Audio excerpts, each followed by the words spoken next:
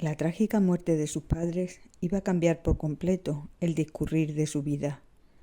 Desbordado por la situación, Arturo dejó atrás las artes y las humanidades, abandonó la universidad y huyó para intentar recomponer el mundo que se le había quebrado.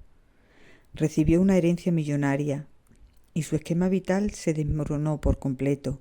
Perdió el rumbo y el sentido de su existir. Buscaba sin encontrar aquello que calmara su desesperación. Él solo quería ser uno más de aquellos hombres que al despertar les aguardaba un horizonte cercano, cargado de ilusiones y de tareas por iniciar, de mañanas colmadas y de noches blancas. Arturo viajó por toda Europa. La belleza de las ciudades, los grandiosos monumentos, la inmensidad del arte calmaba su ansiedad, pero no conseguía detener su zozobra. Tuvo que aguardar unos meses hasta que al fin su paso por Francia lo cambiaría todo. Comenzó visitando varias exposiciones sobre los últimos hallazgos en Egipto, un país cuyos restos arqueológicos comenzaban a ser conocidos. Se habían puesto de moda. Todos admiraban el esplendor y la grandeza de aquella antigua cultura. Sin embargo, para Arturo, contemplar aquellas magníficas columnas, aquellos preciados sarcófagos o los exquisitos ajuares no le deslumbraron como a los demás, sino que le abrieron un nuevo camino, le permitieron ir más allá. Arturo necesitaba saberlo todo, quería conocer al cantero que talló el capitel, dónde y cómo vivió. Ante él se presentaba un mundo desconocido e inmenso que le había cautivado por completo y que estaba dispuesto a descubrir bajo cualquier concepto. Por primera vez tuvo la necesidad de recurrir a su dinero. Comprendió que ante todo debía introducirse en la sociedad refinada de Francia, cuyos miembros, al parecer, manejaban el comercio de antigüedades. Asistió a glamurosas fiestas donde conoció a los más altos funcionarios, incluso a gobernadores y cónsules que habían prestado sus servicios en Egipto. A través de las extensas y sinceras conversaciones que mantuvo con ellos, obtuvo sus propias conclusiones sobre lo que estaba ocurriendo en aquellas lejanas tierras del Nilo. Sobre todo ingleses y franceses, a raíz de la fascinación que había provocado el antiguo Egipto, habían iniciado una carrera en la que competían para conseguir las piezas más apabullantes y espectaculares. Para ello no tenían el menor reparo en comprar a saqueadores o a ladrones de tumbas, de iniciar excavaciones sin permiso, arrancar columnas, obeliscos o estatuas, recurriendo a la pólvora o a lo que fuera preciso. Las autoridades egipcias no apreciaban el valor de su pasado, utilizaban la piedra para sus construcciones, regalaban joyas, obeliscos o esculturas colosales a cambio de favores, y los funcionarios eran tan fácilmente sobornables que los vestigios egipcios salían sin medida del país. Arturo comprendió que aquel avispero rebosante de envidias y ambiciones insaciables no estaba hecho para él, y decidió seguir otro camino. Leyó todo cuanto se había escrito hasta el momento sobre Egipto. No era mucho, pero fue suficiente para que, aún sin verlo, conociese cada detalle de su entorno. Y sin estar allí, recorrió varias veces las tierras de Tebas, Abu Simbel, Luxor y el Valle de los Reyes. Navegó por el Nilo, pisó las arenas del desierto y lo escuchó. Estudió la obra de Champollion y un nuevo universo se abrió ante él. Dedicó varios años de preparación antes de dar el gran paso, cuidando hasta el más mínimo detalle. Aprendió incluso la lengua árabe, también su cultura. Preparó muy bien el viaje, reunió todo lo necesario y el mes de agosto de 1915 partió rumbo a Egipto, hacia una aventura insólita, llena de incógnitas pero tan deseada, tan buscada. En el Cairo, en uno de los hoteles donde se alojó por unos días, su sombrero de explorador permanecía oculto en la maleta, esperando su momento. Arturo huyó de los círculos decadentes, infectados de sobornos e intrigas por el que se movían las antigüedades.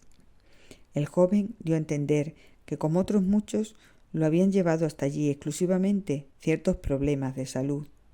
contrató los servicios de un árabe, un hombre de confianza, un lugareño tímido, reservado, cuyo carácter pronto se adaptó al de Arturo. Ambos formaron un gran equipo. Siguiendo sus planes, a los pocos días abandonó la ciudad y se encaminó hacia Luxor.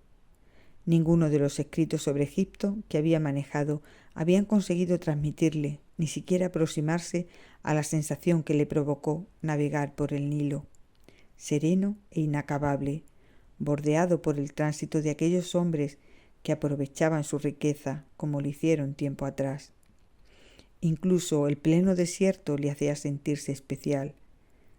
Tal vez fuera el efecto de ese inmenso sol que baña las tierras egipcias con aires de grandeza.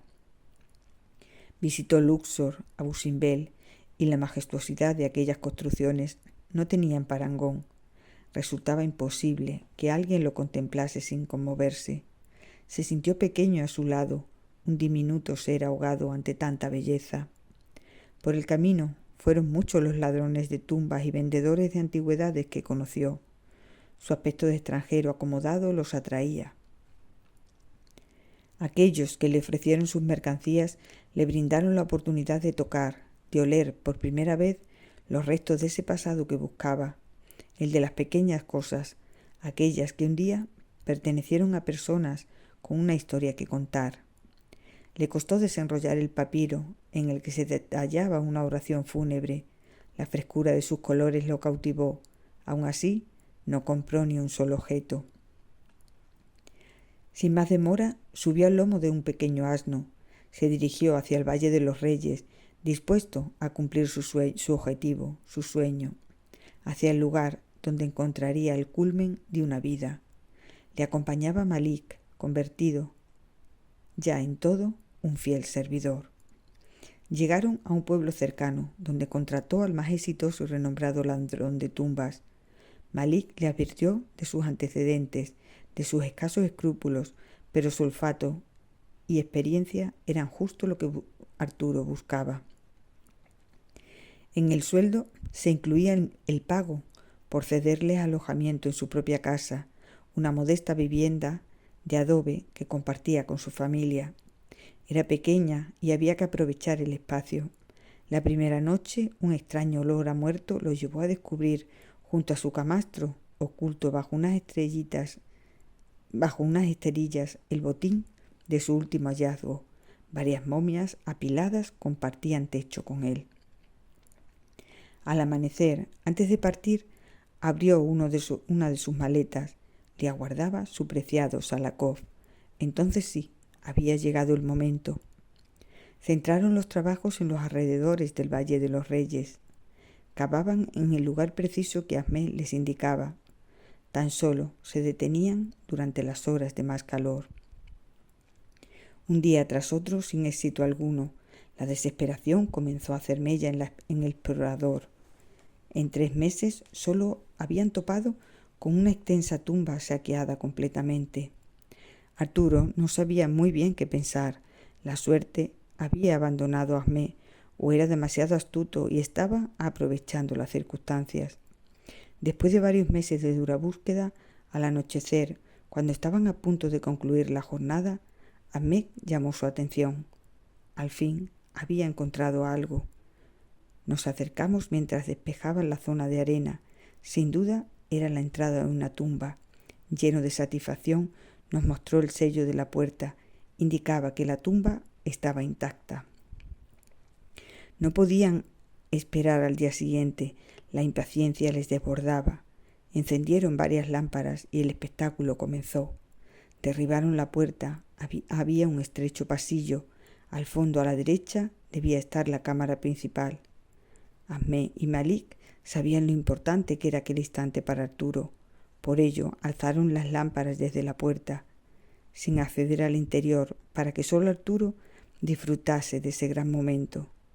Nunca antes había sentido nada igual, y jamás volverían a invadir sus sentimientos aquellas novedosas sensaciones. La ansiedad que lo envolvía paralizó su cuerpo, que se movía lentamente. Había que saborear cada paso, cada ojeada. Caminó por el pasillo con la tensión que requiere la situación. Al final, otra puerta sellada. Él mismo comenzó a derribarla, y enseguida, por el pequeño agujero que se abrió, introdujo la lámpara y miró. Todo era excepcional, aunque no fue el oro ni las riquezas lo que consiguió conmoverlo por completo. Fueron unas livianas pisadas inmortalizadas sobre el polvo de la sala y que debieron pertenecer al cortejo fúnebre las que atrajeron toda su atención.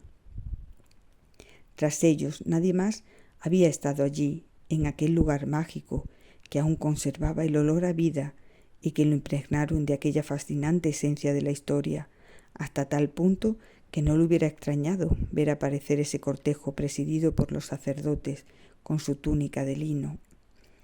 Aquellas huellas que paralizaron el tiempo habían mantenido vivo el latido de la estancia con el mismo ritmo que siglos atrás, hasta que la suave brisa del exterior las disipó.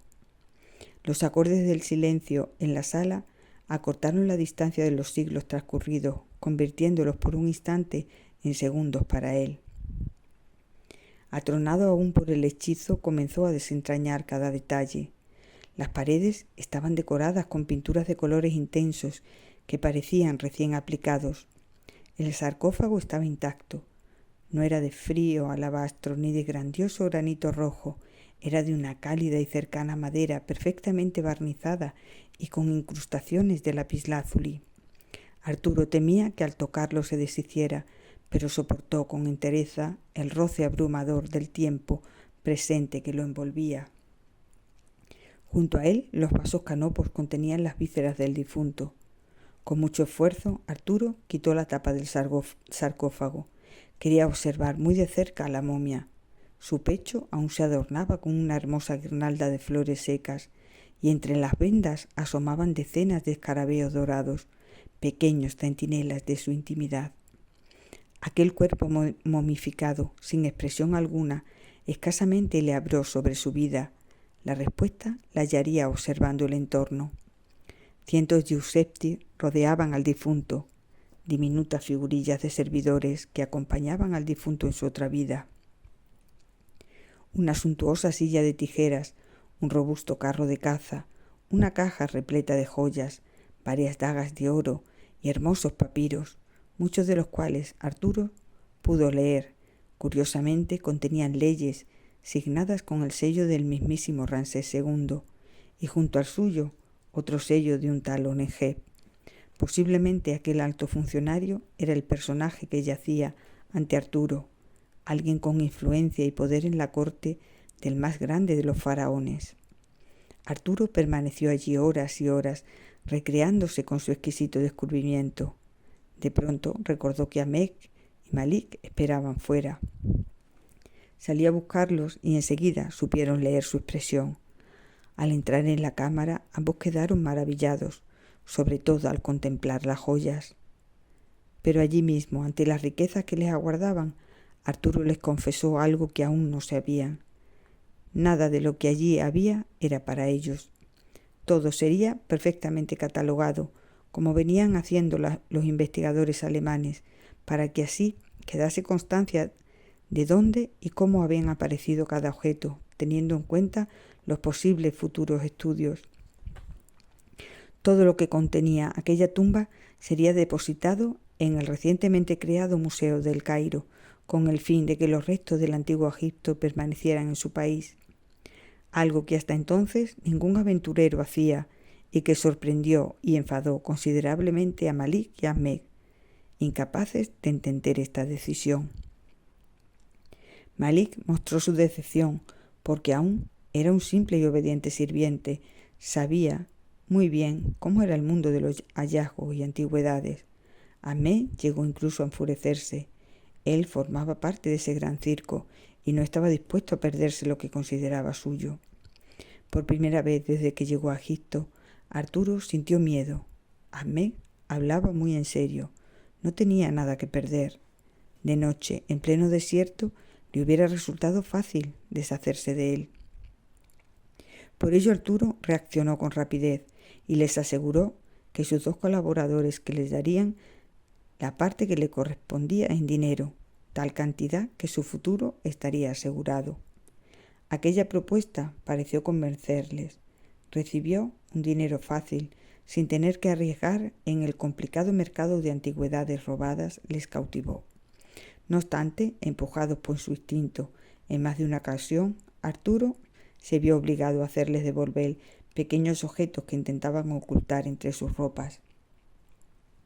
Con el fin de estar lo más cerca posible de su gran hallazgo, se instalaron en la tumba vacía que encontraron días atrás. La habían habilitado y la utilizaron como vivienda y también como improvisado almacén. Arturo contrató los servicios de un dibujante para que con su trabajo quedara constancia de todo lo hallado. Realizó una labor tan minuciosa que le llevó varios meses de paciente trabajo. Al terminar, volvieron a cerrar la tumba para evitar que destrozasen la tumba. Solo su envejecido sombrero quedó dentro. Arturo así lo quiso. Una sensación de gran vacío se apoderó de él. Cargaron todo en una faluca rumbo al Cairo. Arturo se sentó junto al sarcófago, muy cerca de él.